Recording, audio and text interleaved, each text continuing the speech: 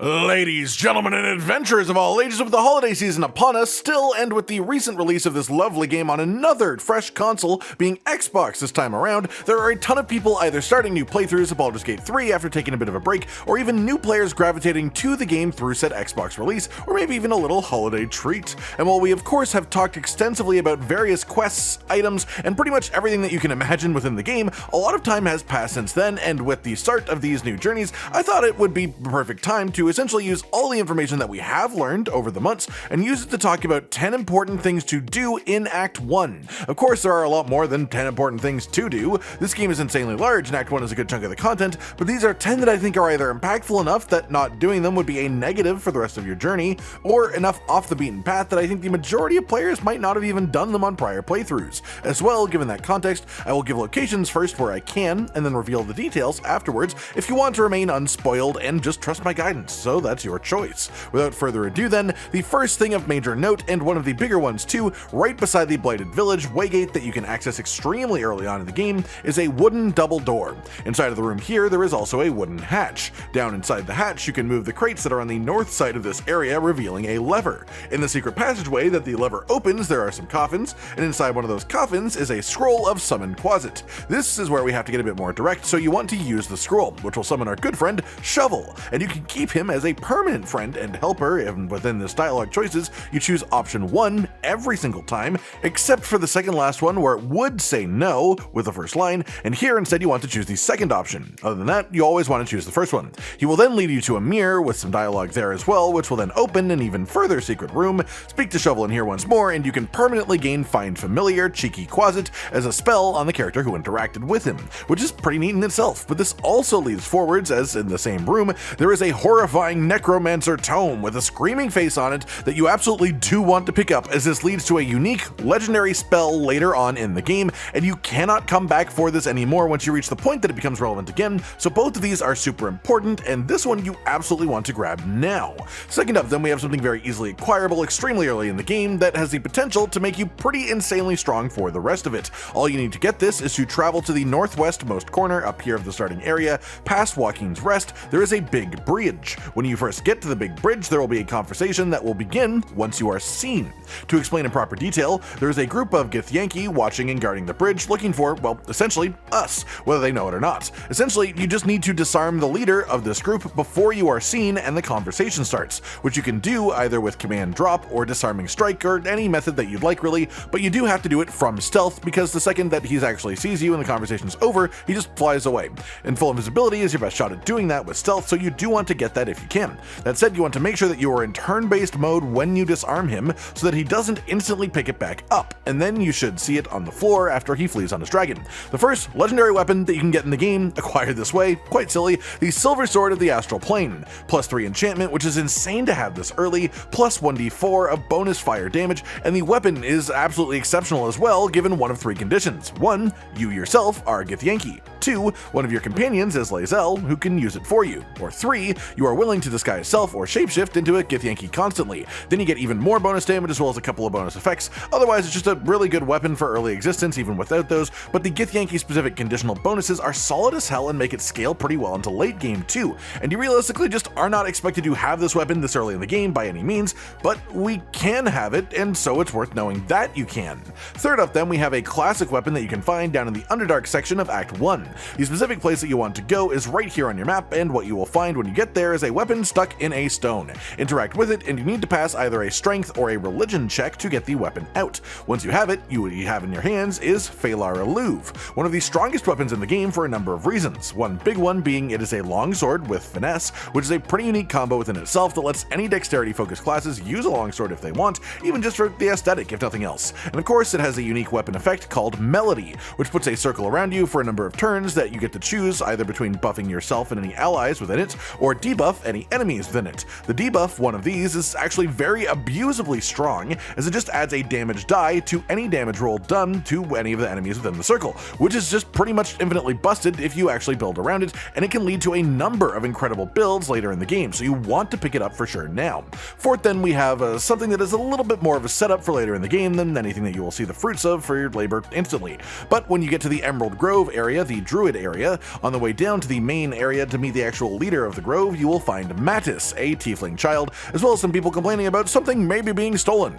You want to interact with Mattis here, and it will introduce you to him, and he's an important character who for now may seem like a bit of an irritant to yourself, but trust me, if you're friendly with him, if you play along with what's going on, and if you don't rat him out too hard, he can actually offer you some incredible things later on in the game. He won't show up later if you're a dick to him now, or if you get him in some big trouble, but he will show up later if you're nice to him. So essentially, just take this opportunity to have a chat with him and get on good terms, and unless you are specifically trying to do otherwise, make sure that the tieflings survive the climax of Act 1 however possible, because obviously if they don't, then he won't live either. Fifth up today is a simple but very strong one. Near the top left of the starting area, there is a little inn called Joaquin's Rest. When you arrive at the inn, it will be on fire, and there are a couple of people trapped inside that you can save. One of them is particularly valuable, and yeah, that may be a weird way to think about saving people from a burning building, but this is a video game, okay? So what you want to do is talk to the guards at the gate, follow them in and up the stairs, open up the room that they are trying to get into, and then help your allies get out afterwards before the whole place burns down. It's really quite simple, honestly, as long as you know that it's there and you actually go out of your way to do it, but your reward for this is not only a really strong weapon, but an actual personal choice you get to make between 3 strong weapons. Later in the game, there are some very interesting things that you can do with lightning charges as a mechanic, and each of these 3 weapons here will give you lightning charges when you do a specific type of attack. A staff for spellcasting, a bow for ranged attacks, and a trident for melee attacks. Which one you want to use depends on which character you want to use lightning charges on, and that's up to you. 6th then today, we have some Underdark fun, and to start this off, you need to get to the Myconid colony area itself in the sort of northwestern section of the initial Underdark area. And once there, in the back corner of this spot, you will find a couple of vendors, including Omalum, this mind flayer who is actually your friend. I know, crazy. Who would work with a mind flayer, am I right? Anyways, he sells a number of items, and probably the best one, especially for this early stage in the game, is the Ring of Salving. This gives you a special effect where anytime that you heal something, it gains an additional 2 hit points. This gets outscaled pretty hard in late game, sure, where 2 hit points isn't really that great just on each heal, but early on in the game, in this Act 1, when most of your heals will be like 8, a bonus 2 every time is actually pretty good. So you definitely want to pick this up and put it on whoever your party's healer will be.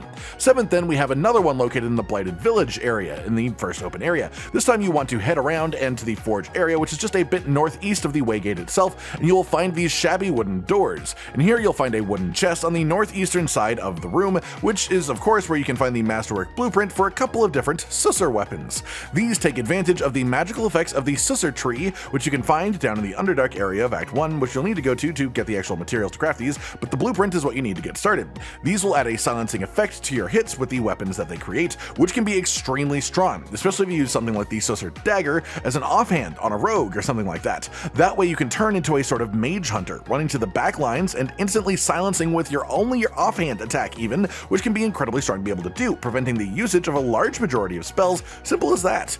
8th up is another legendary weapon. I know, 2 of them this early. Act 1 is quite filled. This one is located in the Rosymorn Monastery area up in the cliffs of Act 1. Once you get to the top floor of the monastery, you will find this central room that essentially gives you a puzzle for altars with different monk leaders above them, one of the altars with a weapon, and the solution is to get the other 3 weapon types and put them on their correct remaining altar. One of them is in the room just around the corner from you, another one is on the roof guarded by a couple of birds, and the third one, any mace will do really for this, but there is one that you can find out in the southeastern side of the second floor here, where you have to dig up a grave with a shovel, which feels a bit strange to say to do in a monastery, but you know what, it's in the service of getting cool things. Bring them back to the room, then put them in the right places, and a little box will open revealing an item for you and a note as well. From here you want to head down to the Githyanki Crèche, which is below the monastery itself, and then at the very farthest end of this area, in this little hallway on the west side of the big room in the back, there is a statue. You can move the statue with either a strength check or with something like the Grease spell,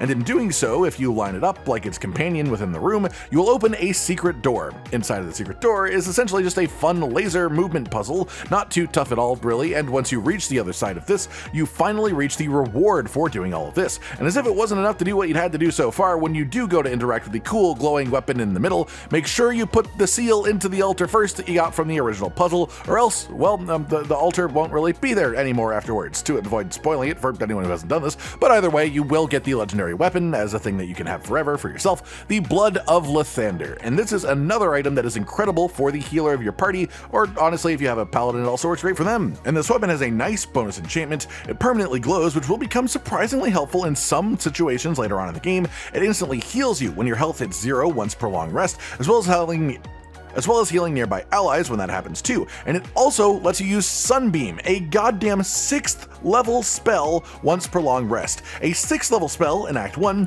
is all kinds of crazy powerful, and even though you can't use it constantly, even one use per long rest can easily turn an unwinnable fight that you just could not get through otherwise into a piece of cake. I mean, not a literal piece of cake, that would be a transmutation spell. Ninth Today is both an equipment thing and a general activity, and it's quite simply Grimforge as a location as a whole. The docks are accessible from a number of ways, but put simply, it is the southern area of the Underdark section in Act 1. As you progress through the docks area and the events here, you will gain access to the forge itself eventually, and the path that leads you towards the forge has a number of molds, templates essentially for equipment. You want to scour the area quite carefully to make sure that you get all the molds so you know what all the options are, and you want to get all the crafting materials around too. Once you reach the forge itself at the bottom of the area, you can start using these items in tandem to actually create this equipment. A note of warning, of course, you can only create 2 pieces of equipment with this forge per playthrough, 2 pieces of adamantine equipment, so you want to consider what will matter the most to you, whether it be some big chunky heavy armor that's really good or a weapon. Make sure you do what will help you out with your own goals, because once you initiate the process, a boss fight will happen that I don't want to spoil, and I'll just say that it's one that is definitely missable, but very much a fun one worth finding. So while this is a more known thing that happens in Act 1, I wanted to make sure to mention it both for newbies or just anyone who happened to not find this themselves beforehand, really.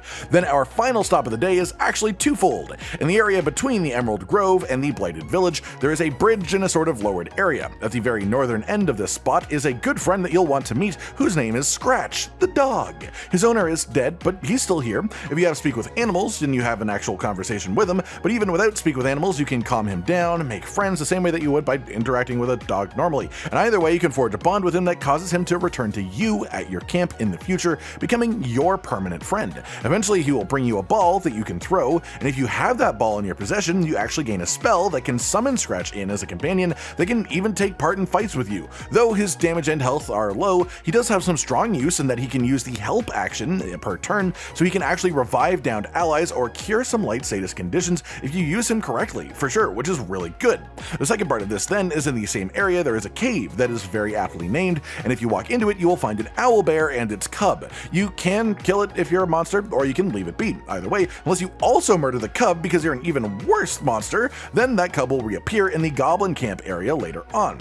You can charisma your way into telling the goblins who've taken it to set it free, and you can interact with it enough to actually make it your friend as well. And on a similar track to Scratch, doing so will have it show up at your camp, and after a few interactions, it will become just a permanent friend too. Though this one not a summonable combat companion, just a friendly owlbear, which there's nothing wrong with, of course. And that just about does it for the day then, everyone. 10 things I think are important to do in Act 1 of Baldur's Gate 3 with the recent surge in new players and new playthroughs. Of course, a lot of these will be known by people who already have hundreds of hours in the game, but I hope I managed to mention something that you didn't know about, or at least forgot about, to help enhance your new and fresh journey. Like if you liked the video, subscribe and hit the notification bell for more, and most importantly, ladies and gentlemen, until next time, stay sweet. Josh, Cotton, and Hollow with the videos, dropping the humor like a hammer on your tippy toes, bringing entertainment on a daily arrangement to take our insanity and turn it into entertainment. Yes, I said entertainment twice, to reiterate that it is nice to look into your faces on a mostly daily basis when you let us in your homes to make the whole world a stage. Goodbye.